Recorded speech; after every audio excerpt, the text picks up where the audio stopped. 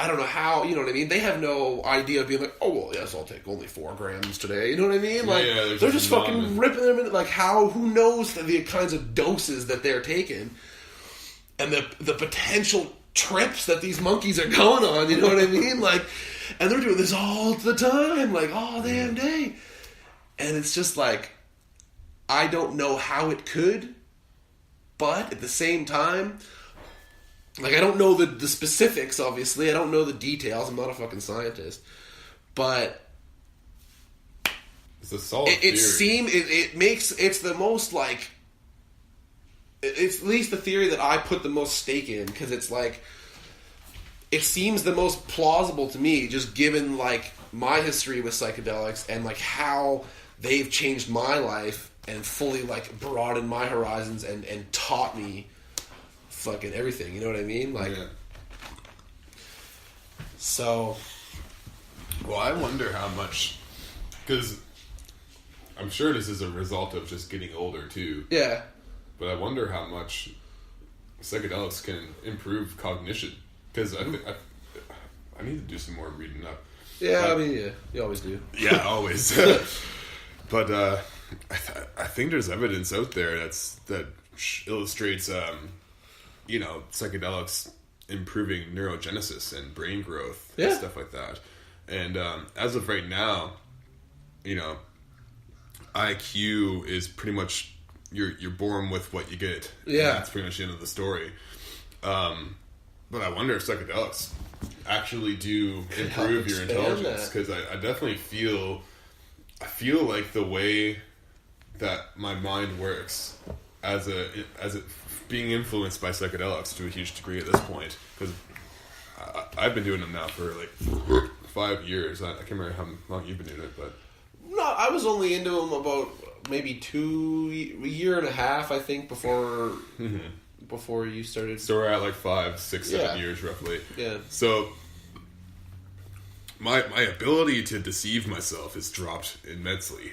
Yes. I just can't fabricate things to myself like I used to be able to. And it's not even like I was doing it on purpose before. No, subconscious. It's just subconscious. Exactly, yep. Quite.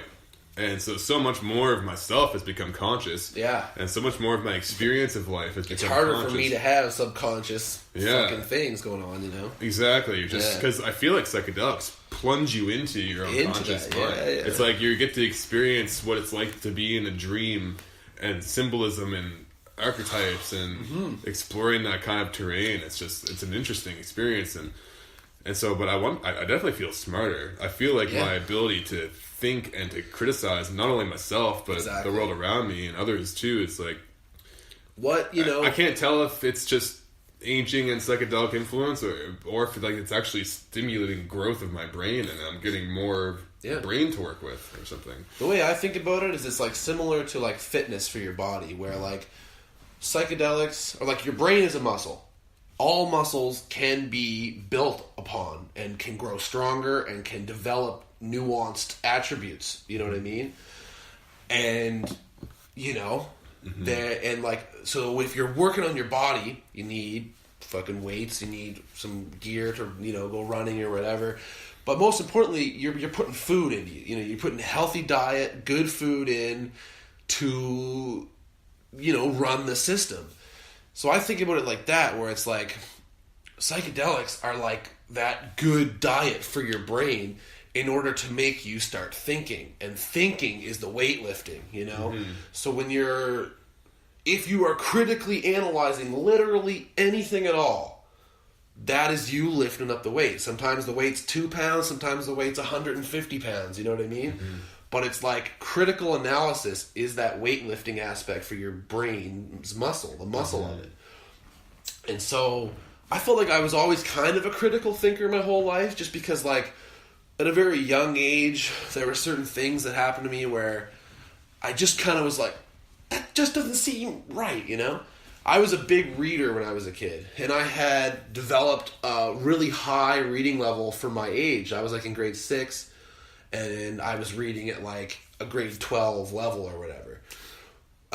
Not super genius, but good. And because of that, I loved to read.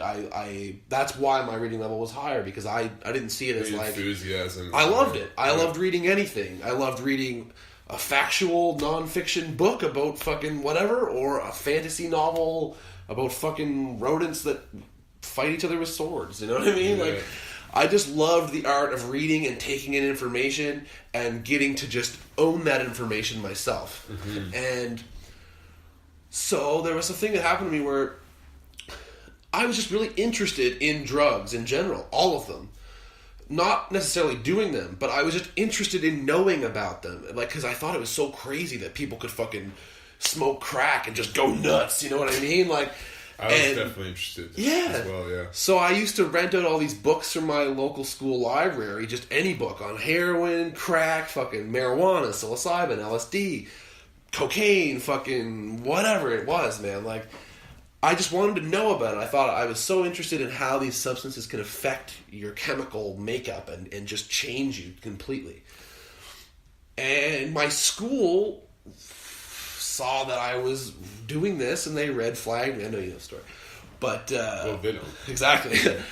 So I was called into the teacher's office, you know, and they had a talking to, and they're like, what are you doing? You know what I mean? And in my head, I was like, are you literally scolding me right now for learning at a school? Well, they're trying to censor your information. And that's exactly it. So that was like the tipping point in my life where I was like, it doesn't seem right that you are trying to limit my knowledge potential, you know? Mm-hmm. This is a school. I come here to learn. Like, why are my parents, my first teachers, and my school teachers all telling me that I should stop, you know, I'm not allowed to fucking read these books anymore or whatever. I was like, well, that just seems weird. So then I never forgot that. And so as my life kept going, I just knew to, like, not always trust what you're told by anyone. Yeah. No matter if it's a peer or an authority figure. Like, you have to know it yourself for it to matter. You know what I mean? And so I always kind of had that a bit. And then when I did psychedelics, it was just like, well, here's everything, and think about it, man. Like, think about everything, and you're just like, well, I can't at all, but I'll try.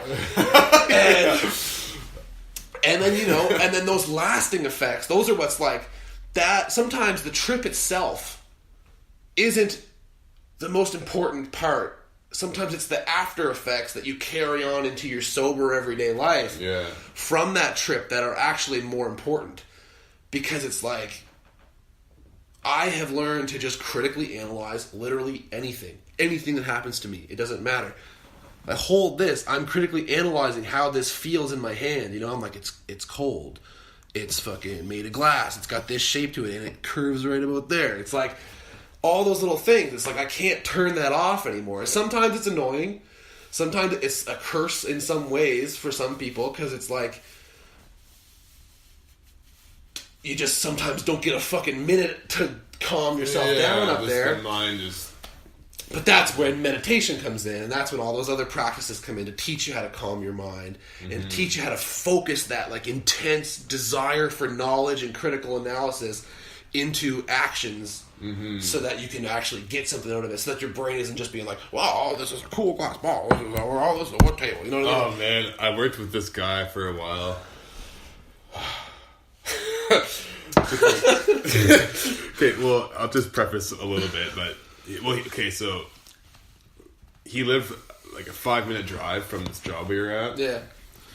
And it was in Anganish, so we would text him like an hour out. We're going to be there in an hour. Please be there. Yes. Text him a half hour out. Yeah. We text him at 15 minutes, 10 minutes, 5 minutes. We're almost there, man. Yeah. We get there. He's not there. And then 15 minutes go by. Where are you, man? Half hour goes by. Where are you, man? It's an hour goes by. Where are you? Eventually he shows up, and he lived 5 minutes away. Yeah. Anyway, so it was incredibly frustrating. As far as being a nice guy and everything, he was fine. It's just unreliable as all fuck. But anyways, his mind was like that. I think he was kind of a slower guy, but I would listen to him talk sometimes, and we'd be up on the roof together, and it was literally like just all over the fucking place. Right. Be like, oh fucking lots of snow out here over there.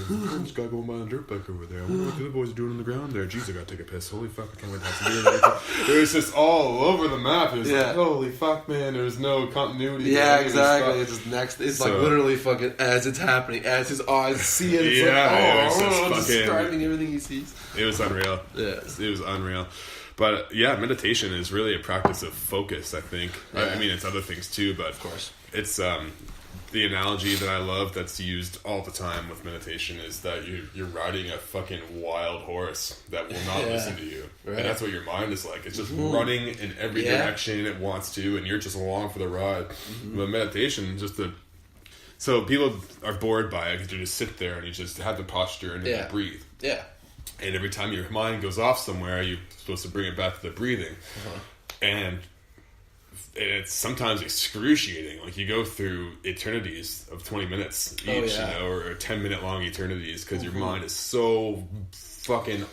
You're absolutely insane. The way your mind's going, it's like you're a nut job. Your head's all over the place. It feels crazy. Yeah, and so it's hard to sit through all that. It's like mayhem, but... I mean, so can a psychedelic trip can be rather chaotic as well. So... Sure. That can, I think psychedelics and meditation really complement each other greatly. But, they definitely go hand in hand. Yeah, but just the act of, if people are wondering why do that, why just sit there and focus on your breathing? Well, it's because then you're training you're taming that wild animal that's your mind, basically. Yeah, and then you can steer it wherever you want. And it's so much more effective and efficient. It's like, now when I'm doing the dishes, I can actually focus on it instead of just... I mean, I'm not always the best with it, obviously. No, of course. Every day is it's practice, you know? Every day is fucking... You just keep doing it, like... Yeah, and so what started to happen now with my meditation, that was kind of always there to a degree, but it's just getting... I've become conscious of it recently, is that... So sometimes I'll sit there and I'll just spend the whole session just repeatedly going back to the breathing and... And every once in a blue moon, I actually am focused on the breath the whole time. Yeah. That feels great. But then there are these other times where I've learned to discern when... Because this is one of the issues I have with a lot of the meditative teachings and the Eastern teachings about meditation, is they say things like, all your suffering is derived from attachment and aversion, which I don't think is right. And they also say things like, you know... all your suffering is derived from, like, mental diarrhea of some sort. Right. But it's like, okay, your mind isn't actually just spewing nonsense the whole time. Sometimes your mind is coming up with things that are actually worth looking into. Totally. Like, it's such a... Your mind has been crafted and evolved by nature for billions of years. Yeah. And you're just going to say that, like, the processes of the mind is the reason you feel pain and suffering? Yeah. It's like, no. It's like, the reason, like, me having mental diarrhea isn't going to stop my mom from getting dementia or something. No, exactly. You know what I mean? And that's going to be a painful experience. Yeah, absolutely. So, yeah, it's like, that's just not a good argument for me. Yeah.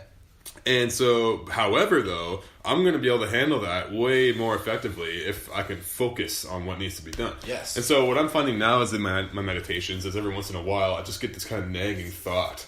And it's not just a thought, it's kind of complemented by an emotion of some sort that I feel as the thought comes on. And so then I think, okay, this has popped in my head maybe over the past few weeks a bunch of times. And so then I'll be calm and meditative and breathing deeply, but then I'll let my mind go and I'll let it parse through this issue and hopefully come to a conclusion. And so it's just like I've added this contemplative aspect to my meditation. Right. And those two complement each other greatly too, because like sometimes you can really untie some knots in yourself by just going inward and thinking about it. For sure.